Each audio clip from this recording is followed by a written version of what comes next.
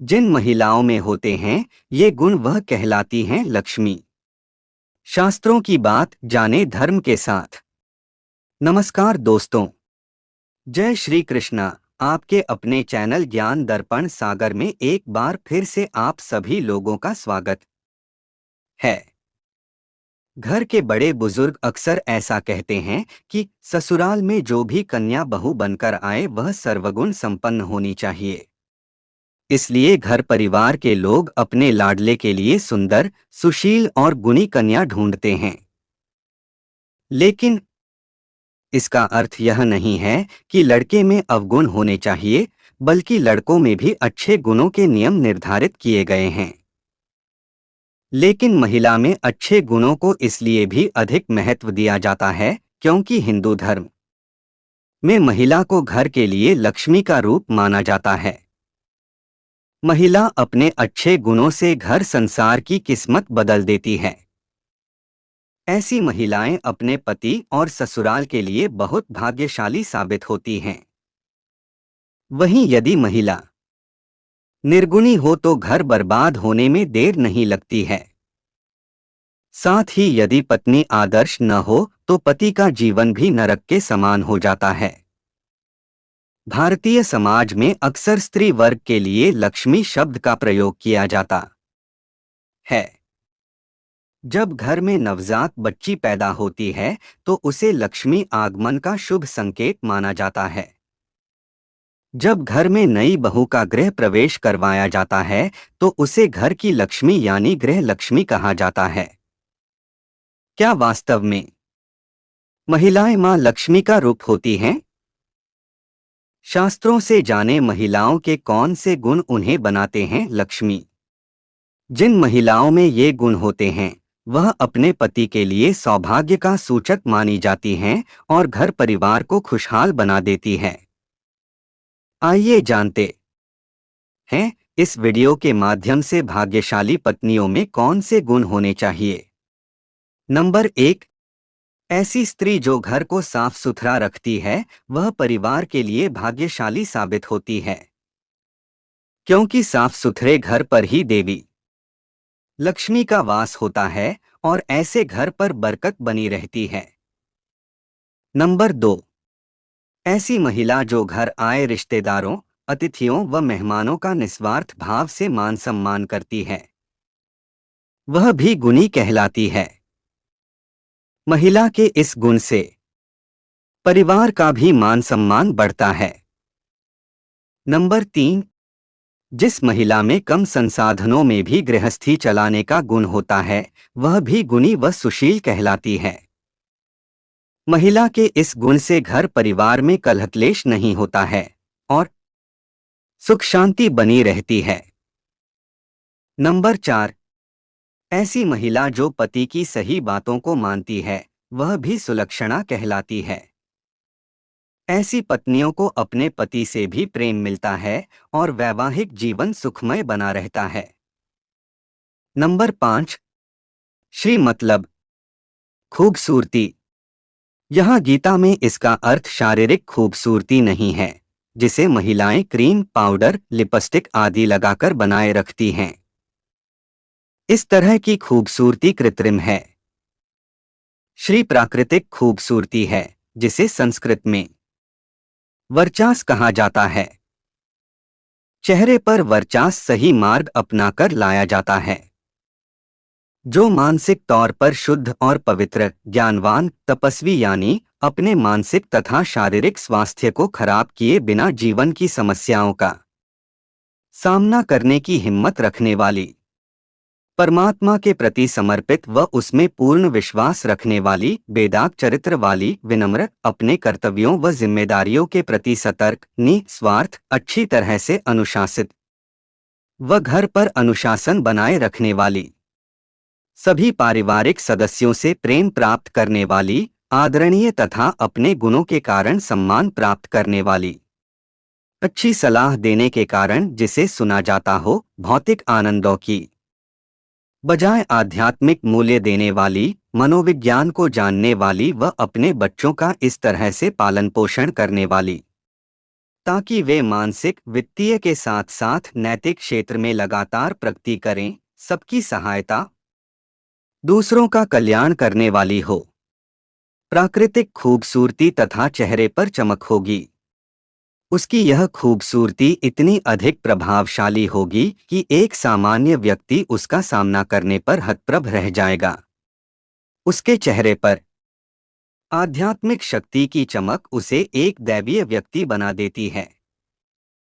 उसके चेहरे की चमक उसकी पूर्ण संतुष्टि, बल तथा विनम्रता का परिणाम होती है। शारीरिक खूबसूरती धीरे धीरे मंद होती जाती है, जबकि आध्यात्मिक खूबसूरती उसकी उम्र के बढ़ने के साथ और भी बढ़ती जाती है। नंबर 6। बाक जो महिला चाहती है कि परमात्मा उससे प्रेम करें, उसे खुद को इस तरह विकसित करना होगा कि जिससे भी वह मिले, चाहे 1 मिनट के लिए, उसके व्यवहार, आचरण तथा रवैये से प्रेम करने लगे। वेदों के अनुसार उसे यद्वदामि मधुमत तद्वदामि की आदत बनानी चाहिए, अर्थात जो भी बोलूंगी उसमें शहद घुला होगा। नंबर 7। जिह्वा किसी व्यक्ति को मारने या जीवित रखने में सक्षम होती है। इसमें हड्डी नहीं होती और अत्यंत लचकदार होती है। इसका इस्तेमाल किसी पर गुस्सा निकालने के साथ साथ ढांढस बंधाने के लिए भी किया जा सकता है। जिनके मन में बुरी भावनाएं भरी होती हैं, जैसे कि नफरत, गुस्सा, ईर्ष्या व घमंड आदि, वे कभी भी अच्छे शब्द नहीं बोल सकते। ये बुरी भावनाएं उन मधुमक्खियों की तरह हैं जो केवल डंक मारकर दर्द पहुंचाती हैं। अच्छी भावनाएं जो मीठे शब्दों का आधार हैं, उन मधुमक्खियों की तरह हैं जो सभी फूलों से शहद इकट्ठा करती हैं और उसे मनुष्यों के लिए संग्रह करती हैं। यह मन ही है जिसमें बुरी अथवा अच्छी भावनाएं होती हैं। अपने मन को इस तरह से प्रशिक्षित करें कि यह बुरी भावनाओं से मुक्त हो। नंबर 8। स्मृति। स्मृति अर्थात याददाश्त। हमें पता होना चाहिए कि क्या याद रखना है और क्या नहीं।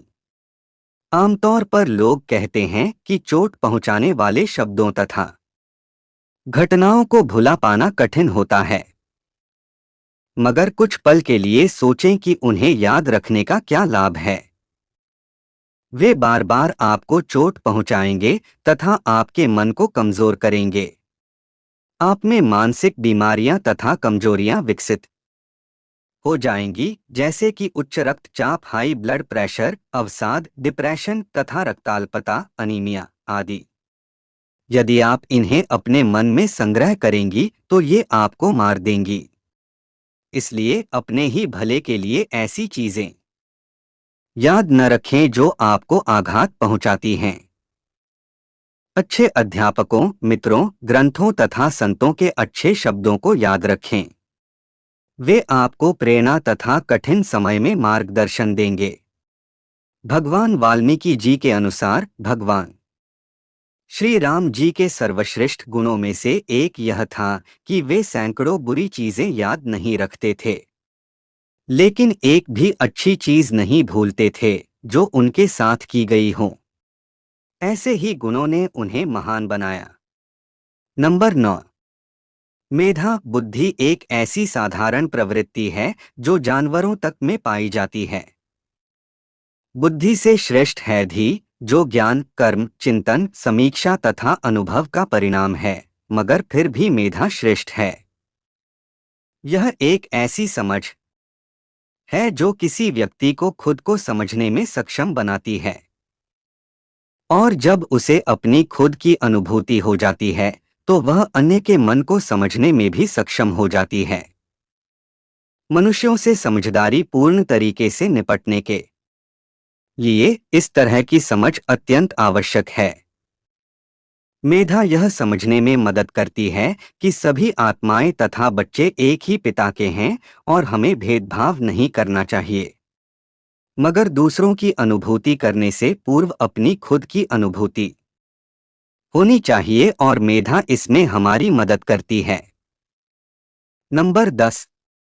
धृति अर्थात सहनशीलता, बहादुरी, हिम्मत, उत्साह आदि। जिसके पास यह गुण होता है वह कभी भी कोई काम हड़बड़ी या जल्दबाजी में नहीं करती या करता।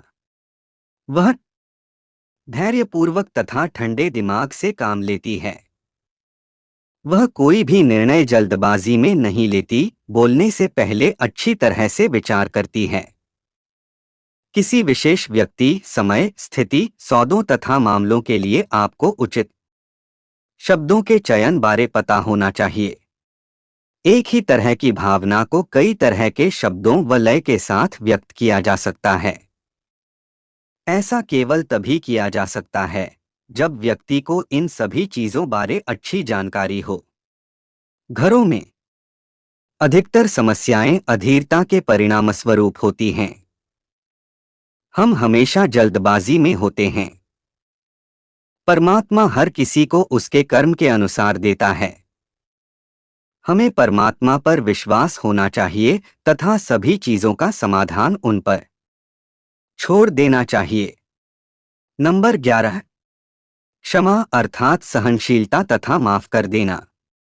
जब कोई हमारे पास आता है और बेवकूफ़ी भरी बातें करता है तथा हम उसके दुर्व्यवहार पर प्रतिक्रिया नहीं देते तो हम क्या करते हैं? हम उसे सहन करते हैं। हम बिना उत्तेजित हुए शांतिपूर्वक उसके शब्दों को सुनते हैं और जब वह रुकती या रुकता है तो बस इतना ही कह देते हैं, ठीक है, तुम्हारी अच्छी सलाह के लिए धन्यवाद, मुझे बहुत अच्छी जानकारी मिली।